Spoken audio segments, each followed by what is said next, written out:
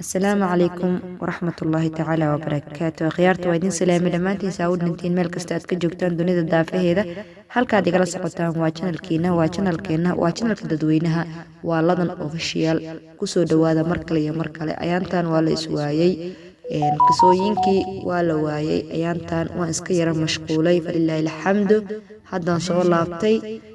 waxaan idinka codsanayaa please inaad channelka haddii aad ku cusub tahay like share comment qurux badan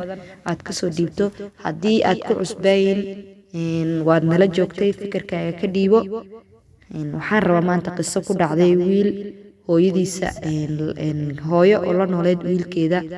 iyo xaaskiisa oo dhashay 2 caruur ah aan rabaa qisas inaan idinla wadaago sida tan ayay u dhacaysaa qisada tan kusoo dhawaada dhageysi wacan hooyo ayaa waxay la nooleed wiilkeeda oo xaas leh iyo 2 caruur maalin maalmaha ka mid ah ayuu u waday xaaskiisa meel shopping ah kadib hooyadii baa tiri anigana maanta la ii wado lagu baxsi ahaan ileen ilmaha ayaan ku daalay yacni waxay ka wadaa ilmaha la joogistooda ayay ku caajistay marka iyaga waxay u haysaa caruurta teeda kale waxaa kaaga sii daran waxay ku dhaqdaan alaabta yacni ma aqaan duriyadaas meesha ka imaatay waa dabcan waa duriyad xun cunugaas u maleynayo hooyadiisa qof ku dhaqanaya alaabta caruurta ku haysanayana qof maanta ila wanaagsan ma ahan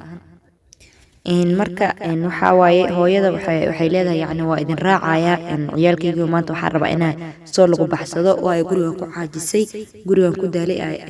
waxaan rabaa shopping ay samaysanaysin inaan idinla jiro inkastoo oo maamada markaas ay niyad ahaan aysan wax inay soo qaadato markaas aysan ahayn ay rabin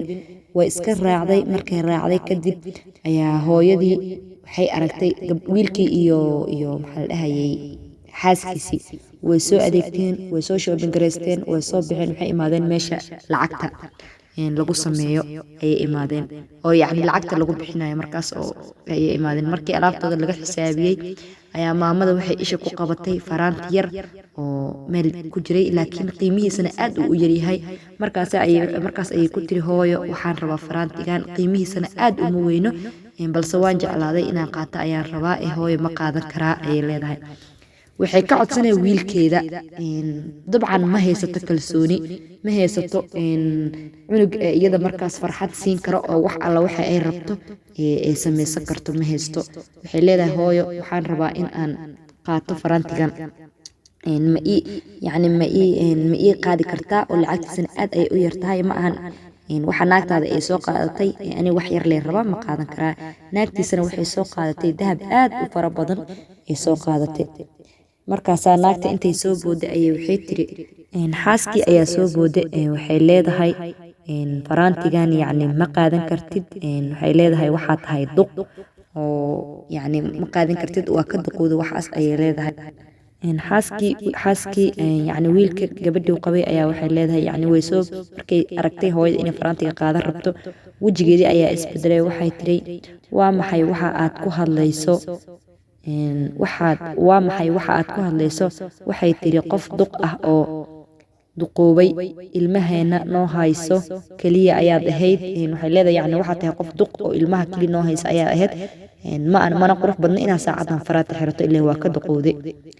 waa maxay waxa aad qaadanaysid wiilkeedii ayaa soo booday wuxuu yiri asna wuxuu ku raacay xaaskiisii wiilkeedii ayaa yiri isagana dhahay waa run xilligan maxaad iska qurxinaysaa xaaska wiilka qabay ayaa sii raacisay iska daa ilmaha ayay noo haysaa alaabtana waa ay noo dhaqdaa iska qaado iska qaadatee ee u gad ayay tiri waxaa dhahayso gabadhii uu qabay wiilka ayaa u raacisay hadalkaas oo waxay leedahay ha iska qaadato u daa waxay noo haysaa caruurteenna alaabtana way noo dhaqdaa iska daa ha qaadata camal ayay leedahay hooyadii intii ay carootay ayay waxay tiraahday maxaa la dhahayay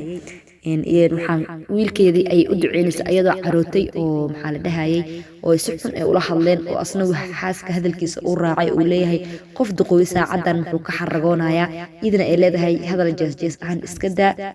ha qaadato yacni faraantiga waxay noo haysaa wiil caruurteena iyo alaabtana way noo dhaqdaa marka iska qaadatay leedahay iyadoo ku jeesjeesayso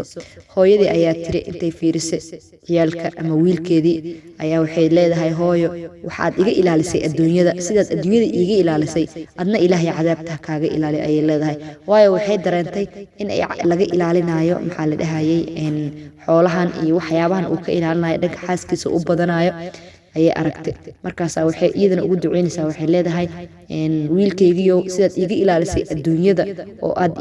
iigu diiday wax walba inaan samaysto adigana ilaahay subxaana watacaala cadaabta kaaga ilaaliyo marka waxayna tusaysaa waalidiinteena inaan u nuglaano ama aan maxaa la dhahayay waayo waxaa la dhahay mogtahay markaad yartahay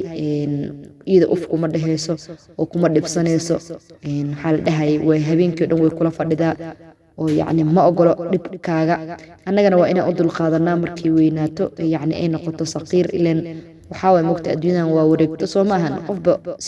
siduu yaraantiisa ahay ma ahaana ileen waa la duqoobi marka waxaa wanaagsan inaan u beer nuglaano waalidiinta saxaabiyuba ahayba oo markii sakaraadka uu ahay la dhahay nabiga intuu soo kor istaagay shahaadada lagu kari waaye ayaa wuxuu yidhi wiilkan ha loogu waca hooyadiisa hooyadii ayaa nabiga uu wareystay sallallahu alayhi wasallam wuxuu dhahay maxaa wiilkaaga yacni uu samayn jiray waxay tiri wiilkayga wax kale dhibaato kale iguma hayn jirin laakiin xoogo wuxuu iiga naxariis badnaay dhanka xaaskiisa oo aniga hadalkayga dhulka ma qaadi jirin oo naagtiisa hadalkeeda ayuu kor u qaadi jiray markasto sidaas aawadeed nabiga wuxuu dhahay marka cilada meesha ayay ka jirtaa tawxiidkana sidaas ayuu ku qabsan laayahay marka wiilkaaga waa inaa u duceysaa oo aad iska tuftaa hooyo waa taqaanaa waa naxariis badan tahay aad iyo aad ayay u naxariis badan tahay markaasaa waxay tiri wiilkayga agteeda wuxuu ka yahay saqiirkii xalay dhasho oo kaleeto saxaabigii isla markiiba shahaadada u qabsaday waa uu tawxiidka ayuu ku dhawaaqay maxaa marka meesha aan ka qaadanaynaa hooyada haddaysan raalli ka ahayn adigana ilaahay raalli kaama noqonayo saxaabi waaye wax kastuu sameeyey waa cibaado badnaay kaliya waalidkiisa ayuu wuxuu aga eexday dhanka xaaskiisa marka anaga wax kasto xataa waxaa lagu leeyahay caruurtaada adiga oo aan dharjinin waa waalidkaaga inaad soo dharjisaa kow marka haddee anaga dhanka waalidiinta sanadkan dadka jiro waxay u badan yihiin 99% inaysan waalidiintaba kor u qaadin marka ilaahay subxaana watacaala xaq hana tuso tawfiiqdana hana waafajiyo markastana waxaa wanaagsan inaan waalidiinta aan u naxariisano oon waxaa la dhahay yacni aan raxmadda iyaga ay na soo siiyeen waagaan yareen hal habeen ilxun naguma aysa fiirinin dhiicaankeeday na siisay naaskeeda noo dhigtay wayna soo xambaartay fooshiya u dheereed foosha waxaa lagu dhahay markay foolanayso geerida ayay u dhawaanaysaa ka waran haddii markii ay weynaato ama ay duqowdo ama ay isku dadarsanto annagana dhulka aan ka qaadi weyno soo cara ilaahay naguma dhacayso marka asxaabteydii oo waxaan idin leeyahay markasta waxaa wanaagsan inaan xaqa isku dardaarinno ma ahan inaan adduunka kali aan fiirino waxaan idin leeyahay khayr badan insha Allah waxaan jeclahay markasta inaan qisooyinka idin soo tabiyo haddii idinka aad i dhiirigelinayna ama fikrado qurux badan aadan ii soo qoreynin aniga waxaa waaye ma dhaqaaqi karo ilaan gaariga markii shidaalka lagu shubo wuu dhaqaaqa soo maaha haddii baasiinka aan lagu shubin ma dhaqaaqaya anigana waa sidaas oo kaleeto markasta waxaan jeclahay inaan idin dhiirigeliyo waxyaabo badan inaan idinka dhiirigeliyo marka asxaabteeda waxaa la rabaa inaad waalidiinta aad u nuglaataan qof kastoo kiliibkan gaaro biliis ha sheer gareeyo waxaa wanaagsan in khayrka la faafiyo marka asxaabteeda waxaan idin leeyahay sheer gareey dhankiina waaye idin lama sheegayo commentiga idin lama sheegayo subscribe like kulli wixii fikrad ah commentigaaga iigu dhaafaysaa waa ii dhiirigelin waayo ma dhaqaaqayo haddii adiga aadan isoo dhiirigelinaynin la-aantiinana waxba ma ahaan lahayn intaana maana soo gaari lahayn waxaan idin leeyahay tan iyo kulanto dambe wasalaamu calaykum waraxmatullaahi tacaala wabarakaatu